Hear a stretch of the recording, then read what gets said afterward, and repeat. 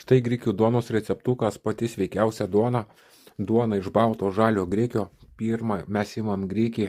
Imasi grikis, užmirkinamas, pirmu vandeniu nuplaunam grikį, o antru vandeniu užbrinkinam ir paliekam 12 valandų brinkti. Grikis 12 valandų brinkinasi, po to jisai malasi. Malam jį, kišam, sumalam visą. Gavusią masę pastatom brinkti 12 valandų, biški duodam pipiriuko, biški druskyties, biški linų, dedasi šaukštas medaus ir įmetam kanapių sėklų. Sėklas gali mesti pagal skonį. Tada šipsnelis vandens ir visą masę malam ir tą masę visą paliksim 12 valandų rūgti. Rūgimas būtinas, rūgimas yra duonos skonis.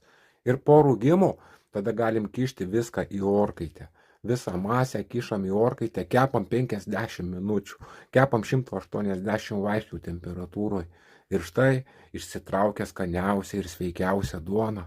Ką jūs žmonės suvalgot, patampa tavim. Tai yra šiuo metu sveikiausia duona. Valgykit, kepkit ir būkit sveiki. Ir štai skaniausia grikių duonytė. Duonytė puri, skani, grinai duonos skonis. Ir mums reikia valgyti savo duonas kept. Žalias grikis yra gyvas, baltas, žalias grikis gyvybė. Ir kada jūs valgot va tokią duoną, nauda organizmui. Ne vien skaudnu, o naudinga. Štai duonytė grikių, tikriausia, gyviausia duonytė. Ir skani, ir vaistinga. Šmuštinukam ir vaikam gerai ir tinka visiems. Duona nerūgštins jūsų organizmo. Šita duona bus gyva, nešanti naudą organizmui.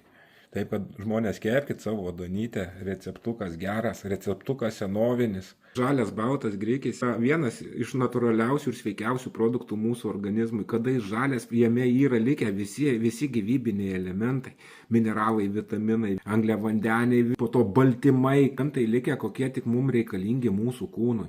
Kada mes valgom gyvą maistą, ne elektros augintą, visas organizmas atsistatinėja. Ne vien skanus maistas, bet ir gydantis. Taip, kad maistas gali žudyti, maistas gali gydyti.